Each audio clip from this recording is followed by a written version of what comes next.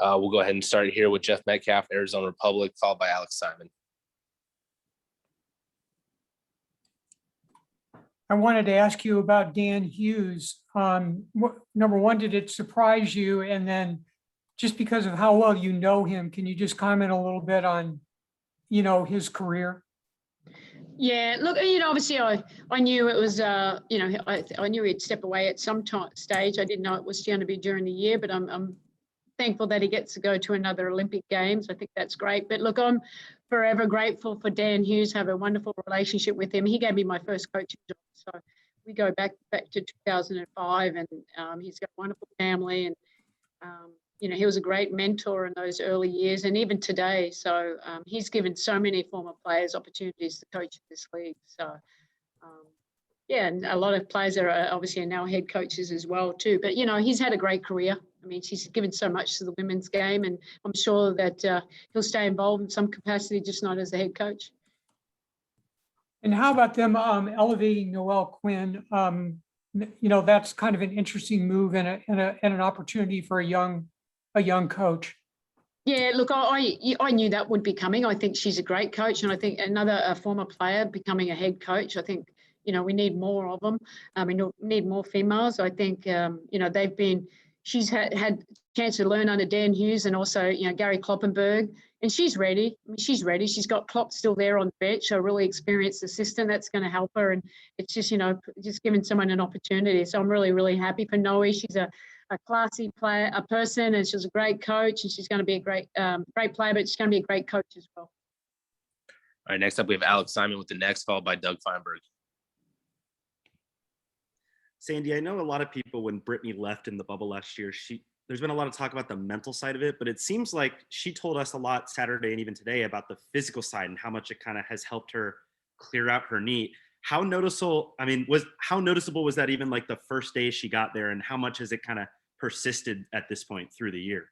Yeah, look, I think I think everyone realised, but they don't realise the toll. Like, you go over play in Europe, you're training twice a day and you're travelling all around, and it's long and grueling. You do it year after year. It takes its toll on its body, and we've all, everyone's doing it. And BG hadn't had a break. I mean, that's a strain. That's tough, And she did have some niggling issues, and which it's hard when you're playing with pain. And she made a decision which was best for her, and that's like, we supported her through that. And she's back. You knew from day one she feels good. When your body feels good, your mind feels good. I mean, you just go out there and do what you love. And she's doing, obviously really stepped up in Diana's absence. And, we're going to need that every single day.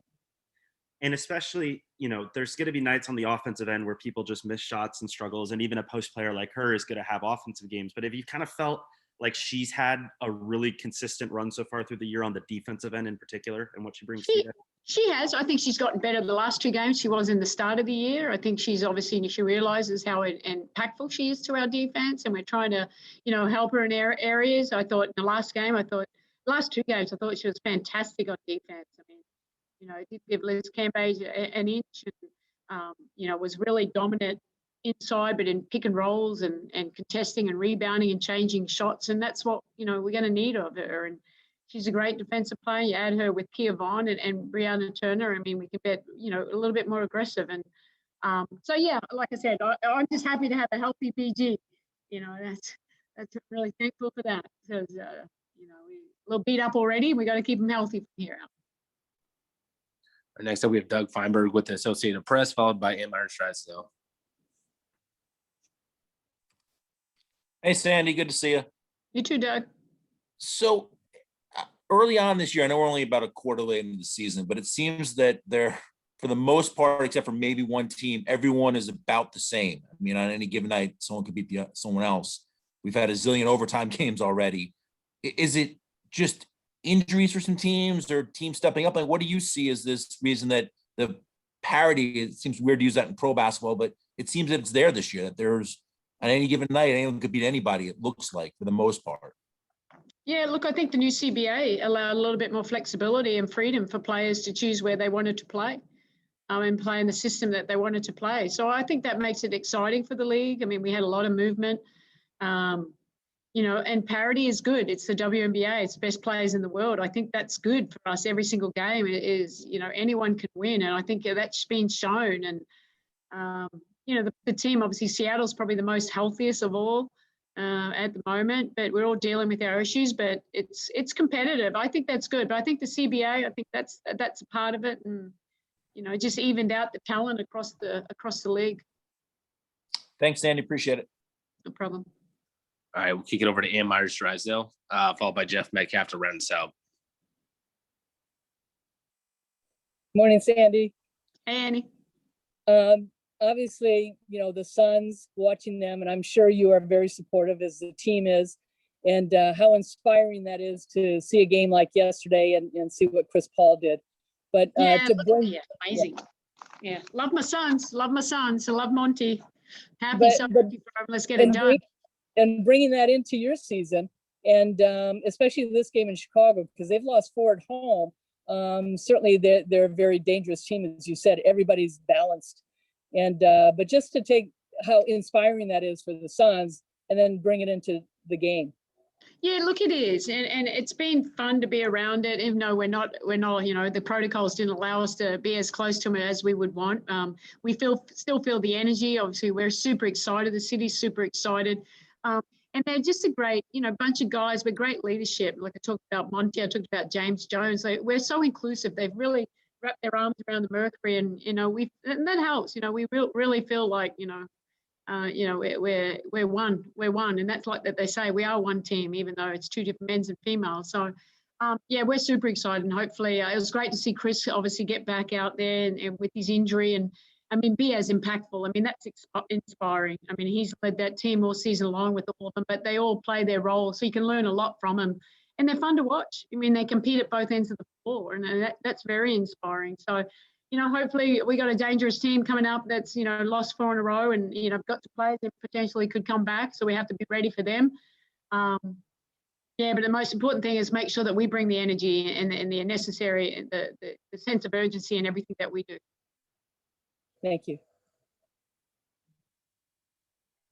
And our final question comes from Jeff Metcalf.